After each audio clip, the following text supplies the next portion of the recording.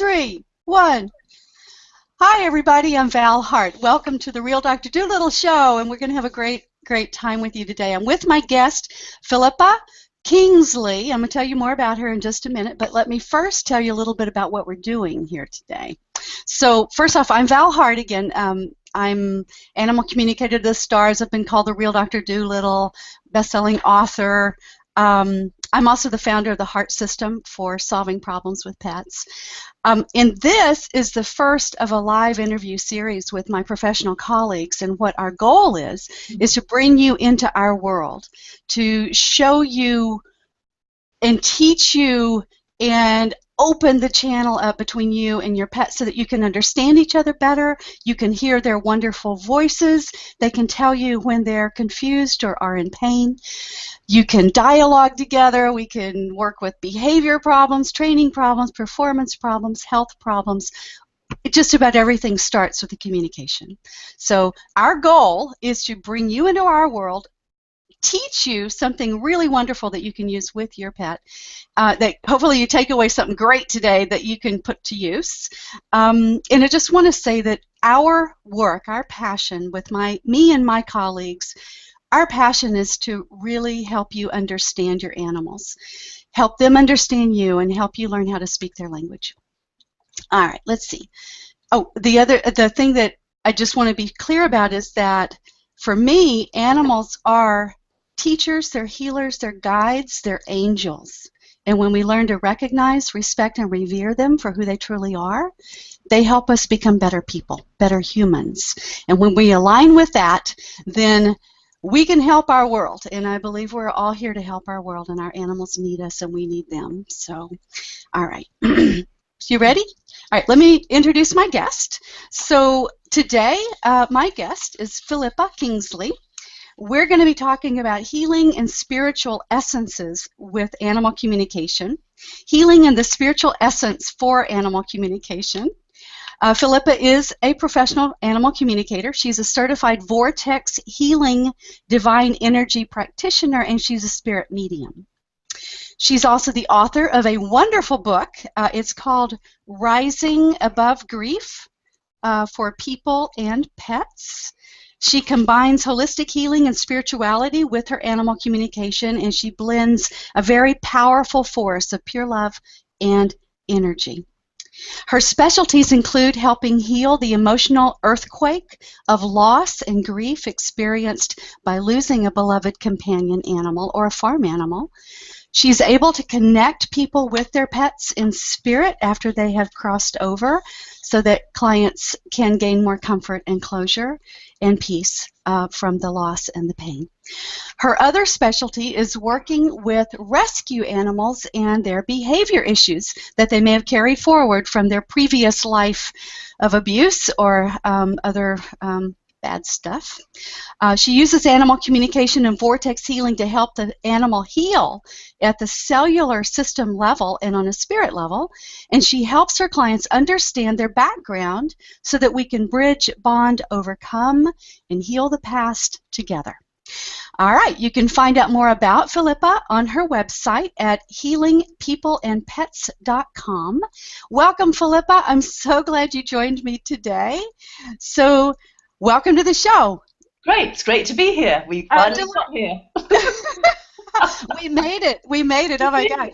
Getting set up was a bit of a challenge, but we're okay. And we're rock and roll. Rock and roll. All right. So I want to know, how do you combine animal communication and healing? How does that actually work for you? Basically, when I connect with an animal, I go and see, and usually what I do in Georgia, I like to go and see an animal. Obviously, everything transcends time and space, and when I'm dealing with clients and their animals basically in other states or other countries, I work through a photo, I work through a picture. So energy doesn't need whatever. So basically what I do is I connect to the essence, to the soul of the animal, and I connect on an animal communication. And I then connect on a spiritual level. And when I see people in Georgia, the animal connects with me, because normally I'm connecting with the animal first of all. When I'm reaching out through a picture, obviously I'm connecting with the animal, they're connecting on a level, but when I actually see an animal in person, they connect with me and they connect with my energy, and that's the whole thing. And that's the combination. So they pick up the essence of who my soul is in this life on a spiritual level. That's what they tune into. And I let that bond, I let that blend together, first of all, before I even do anything. Okay. Yeah, that would be a really critical first step, which is making the connection, opening those channels, and resonating together. Right. Right. That's very important to do that. Okay. And so that the connection is there, and then I literally, as I say, do the the techniques of animal communication. But first of all, you have to have that bond, because no animal is going to connect with you. First of all, you have to ask permission, as we know. Animal communicators, we know that. But other people don't know that. They think, right, steam in, that's it. And you have to still yourself. You have to be calm and quiet inside. You have to go within, block out the world, if you like. And then you ask permission from the animal, and you explain that you'd like to help them. And you have to have not have to, but it's good to have their permission, because then they know that you understand them, and it's like, wow, somebody understands them, to see what they're thinking, what they're feeling, whatever the issue is, whether it's an issue, health issue, anything like that. So that's the first part of everything. Mm. And then also, as I say, the spiritual aspect, and I use vortex healing, and I tune into, through that, with any person or any animal that I meet, I tune into the animal with whatever the issue is. I'm normally being told, if it's a client, they've normally told me about what the issue is. I tune into the client as well, because that's very, very important, to become a bridge between the client and the animal. Because it's not always about the animal, it's about the situations around it, and helping everybody heal. The word is healing, it truly is healing. It's not just talking, because talk is good, but it's combining everything, the essence of the spiritual side of it, and what the animal feels at a soul level. And yeah, that's basically what I would share on that. Yeah, I get that. I know in my own work, and I've been doing this since '93. I don't know. We should do another interview so we can just talk about how the world we got to where we are doing what we do, which is, I know people are really fascinated at too. But I know in my world, I call it the human-animal body-mind connection, and it's the mirror effect about how our animals mirror and react and respond to us, and they carry our issues a lot of times. What looks to be an issue with them isn't. It's an issue with the person. So I'm really glad that you work with that. Yeah. That's what I work with, and the animals come into the life of that, whether it's like saying who's rescued who. It's like, exactly. It's totally neutral. Yes. Say, I'll rescue this one, or this pet, or this animal rescued me. Well, I'd say, well, it's not. You both rescued each other, because we're here to learn, and it's a learning lesson for everybody. Yes. It is. The animal mirrors are inner issues, basically, and that's often what they do, whatever it is, on whatever level. Yeah. Such a critical thing to understand, so I hope everybody is going to take that away too, because I know often if I've got a problem with an animal, if I look and do my inner work first to heal myself, then they can show up differently. So I have another question for you, so let's go to the next one, which is, you actually have two main specialties in your work, and the first one is helping people and pets heal from grief. And the second one is working with rescue animals and behavioral issues. Can you speak to that a bit, please? Yes. With regarding grief, there's a pre-grieving situation that happens before. For example, you know what a prognosis is, and you heard the news from the vet or whatever, and there's a knowing, but there's a blanking off that occurs. People don't want to think about it. They know it's there down the road. They don't want to think about it, but there's a pre-grieving that sets in. Then you get something when you lose an animal, then basically you've got the actual grieving process. And the grieving process can go on for 2 years. It doesn't matter. Everybody, it's different. A lifetime, sometimes. A lifetime. The thing is, for humans, it's way on this level, or this realm, basically, we grieve. When somebody leaves their body, whether it's a pet, whether it's an animal, a pet, or whether it's a person, they're released from all their pain. They don't have all the hassles, the pain, the aggravation, everything they had, the illness. They don't have that. It's we that are left behind, and we need the healing on ourselves, basically. And some clients like to basically connect with their pets afterwards on a spirit level. They want to know that their pets are okay. In fact, their animals are okay. It's we're the ones that are not okay. Yeah. I've been through this myself. It's not talking from lofty heights, as they say. When you've been through something yourself, then you really know that, you've been through it, you can explain it, you understand the feelings. It's not just talking at an academic, intellectual level about it. It's from the heart. heart. And everything is from the heart. Even though it's Val Hart, everything is from the heart. I like humor. Everything is from the heart. And it's from, and it's the spiritual heart, which is in the middle of you, basically. It's not the physical heart, it's the spiritual heart. Right. And it's the grieving process takes time. It takes time, and it is truly an emotional earthquake. And because I've been through it, I'm able to help people through it. Sometimes through vortex healing. There's various also different things that people can do with helpful tools, which we'll come on to, I think, shortly. I think we're going to ask me about that. Helpful. Yes, I am. From the book, to help people, because people need help. Because as much as one is in control with before something happens on the grieving process, that shakes the whole roots of everything. It's an emotional earthquake. It's an avalanche that literally that comes up from the depths of your being that you just don't even realize was there. Because that's so different. I mean, you've experienced it once. It's the first time you experience something, it's even worse because you haven't got anything to compare. It doesn't get easier. It's just different. You just know what to expect each time. Yes. The other thing I do is I work with rescue animals. Rescue doesn't matter what the animal is, basically, because basically they've been rescued, whether it's to a sanctuary, an animal sanctuary, or whether it's to a private home. Right. They often still bring with them the issues of the pain that they had, of the suffering, even though they know they're in a lovely, wonderful, safe surrounding. All the issues are stored in the cellular system, and that's the level that I work at with vortex healing, which gets to the root cause of people's issues. It works with the mental, physical, emotional, spiritual, and karmic bodies. We're not just a physical body. We're made up of many, many levels, bodies, actually. So that's the level that I work at, and the animal feels safe with me. It's not me, because that's ego. The animal feels safe with the essence of the spiritual, the work that I do, what I've done. So it's opening up to freedom and to love, and at the end of the day, it's love that overcomes everything. Pure love. Yeah. I'm so glad you said that, because it really, what connects us all is the energy, the love. We connect to the heart. When we get into the communication work, we're actually connecting heart to heart first, I think, and then mind to mind, and then we start resonating together, and we understand each other. And there's a very deep spiritual connection and a journey that we're on together. Yeah, definitely. So, yeah. Okay, so. Yeah, sorry. Go ahead. I was just saying, everything is a learning lesson in life for all of us, all of us as humans. As I say, that includes the animals that come into our life to teach, to learn where we're meant to move to next. Exactly, true.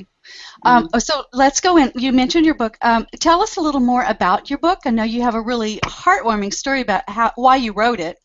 But tell us the story. Tell us something about. Well, the whole book, Rising Above Grief, was channeled through me. Channeled means it's like explain what a channel is. Some of you know, some of you don't know. It means, for example, when you turn the station on a TV, or you're changing a channel. So it's opening up to a different channel, a different tubeway, if you want to put it in those terms, on basic terms, a different line. Okay, different phone line. How's that? Yeah, a different phone line. I think that's good.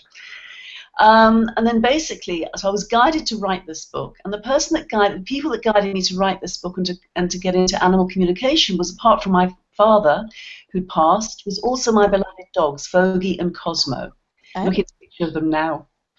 And it was through them, through how I worked with them, and so to be able to help other people and guide other people through everything. So I had a lot of writings, a lot of situations that had happened the last few years before I even wrote the book. And I put all these writings together and all these notes together in a book, focused on it, and just got it together. And it just flowed. The reason it flowed is because it was meant to be there. That's why. There was no problem with anything. Found the right publisher, the editor, the whole thing. So when things are meant to be, they flow. It's called divine timing. And basically, I discovered animal communication through Vogie and Cosmo. They were English Cocker Spaniels, and pure love, pure absolute love.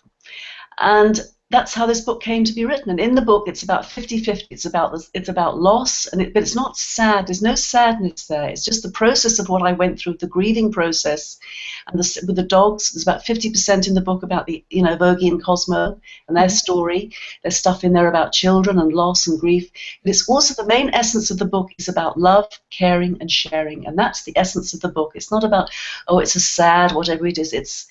There's a lot of spiritual stuff in there about illusion of life and everything, and how you see things. But the main message of this book is love, caring, and sharing, so that you will rise above grief. And that's actually what it is, rising above grief. Yeah, I'm so glad you said that, because when we rise above grief and when we go through these experiences, you know, when we have an animal in our life, we know there's the joy of them coming into our life, and there's always going to be the parting, you know, the transition. And it's about healing and evolving and growing for us, you know, and often they'll teach us life-changing wisdom and experience through their transition that, you know, that's so fundamentally critical to our growth, you know, our healing, our evolvement. So, yeah. Can you tell us a story? Tell us a little story about your dogs, about maybe something that they shared with you that was really profound or that you found useful. It was just about love. It was everything. They showed me everything about love, who they were, what they were, with personality, which all animals have personality, obviously, characters, everything, and how different they are, that whatever form they inhabit, you know. Vogie and Cosmo, the love that they had, the love that Cosmo had for Vogie, and Vogie sort of had disdain for her, first of all, because she came into his space. He was, you know, he was the one and only. He was the head honcho, first of all, for about 3.5, 4 years. Yeah. And we came to the States, and before that, I got Cosmo came into our life.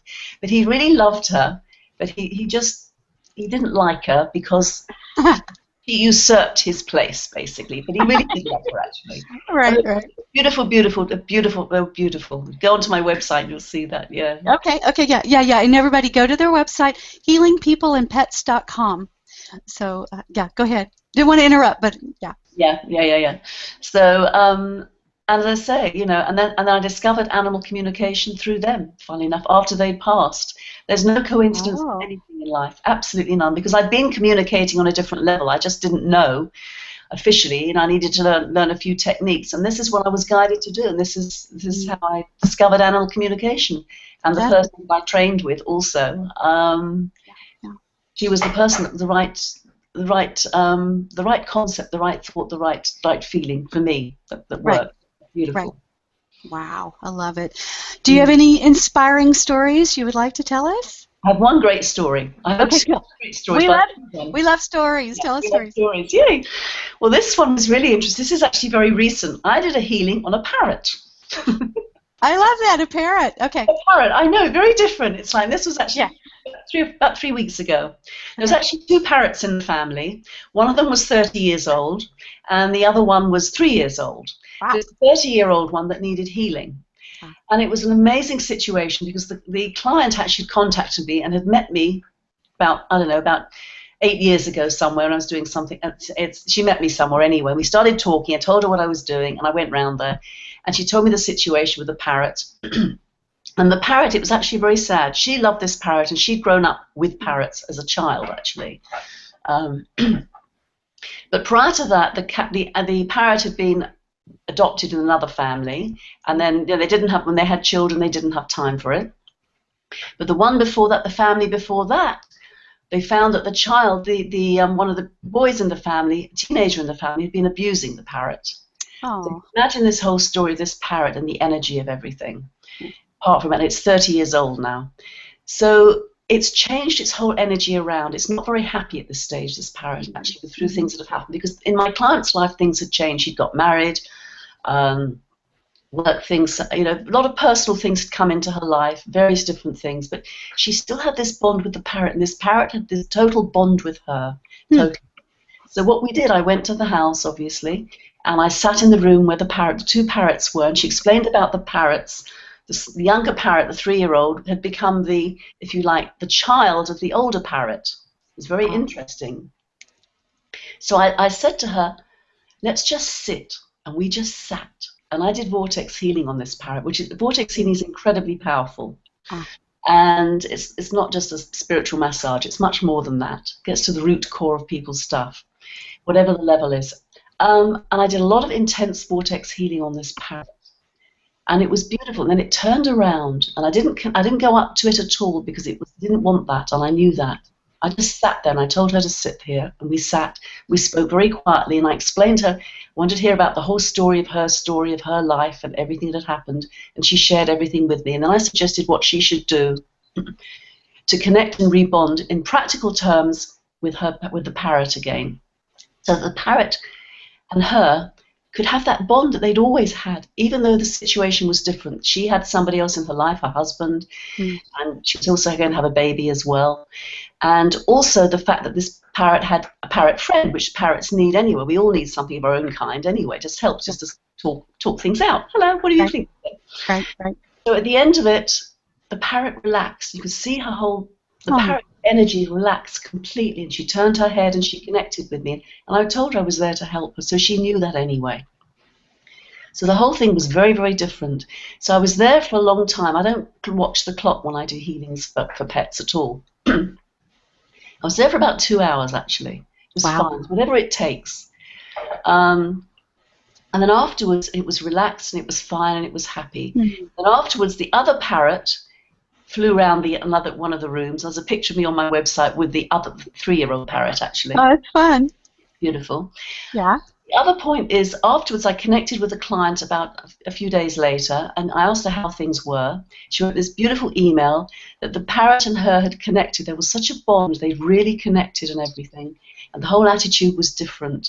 And she felt so happy. So it was healing 2 people there, and that's so, so beautiful.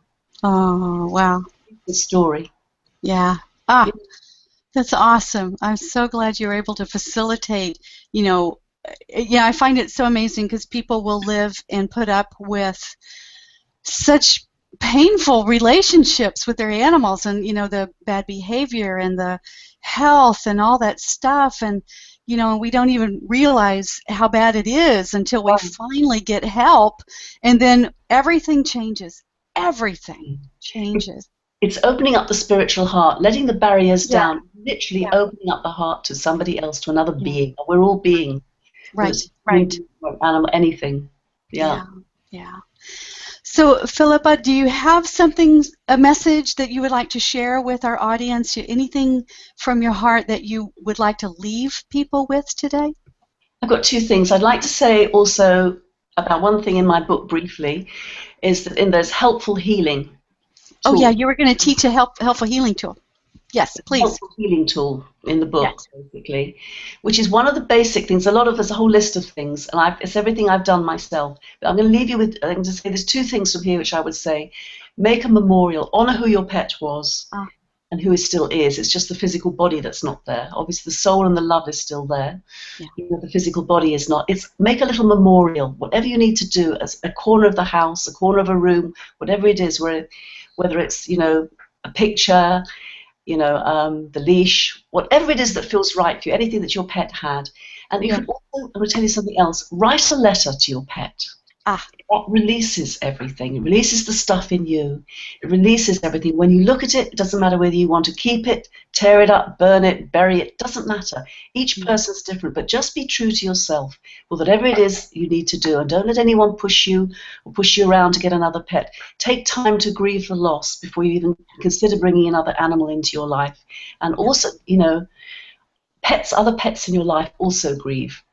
Don't forget them. They're all part of the family. They go through grief. So there's a whole list in my book which you'll see when you choose to buy it, to purchase it. Okay. And to leave you with the thoughts, basically, that love is all there is. Be true to yourself. Pure divine love. The love will never change. Excuse me. That's wonderful. Bless you. Bless you. Bless you. Yeah.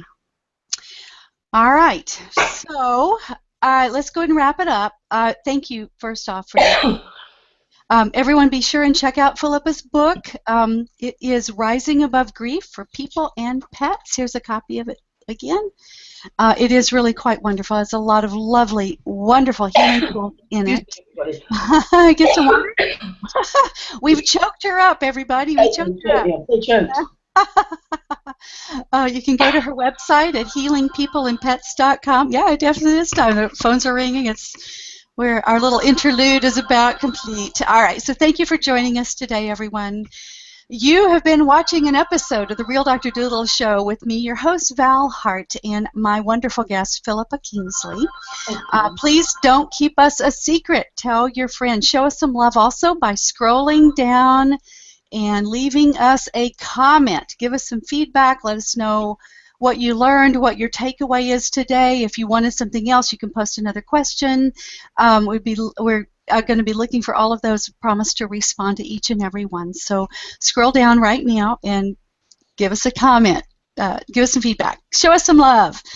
You can also remember to go to my site at animaltalkcoachingclub.com and get your free Animal Communicator Starter Kit, the Quick Start to Animal Talk course that covers the 3 fundamental principles about animal communication that every animal lover needs to know. All right, so thank you for joining us. Philippa, anything else you want to say? Just lots of love to everybody, love and light to everybody, and remember that people come into your life for a reason, a season, or a lifetime, as is our pets and the animals in our life. Yes. All right. Thank you. I love you. I'm really grateful you got to play with me today. So thank you for sharing your big heart with me. Thank you. All right. All right, everybody. Bye. See you next time.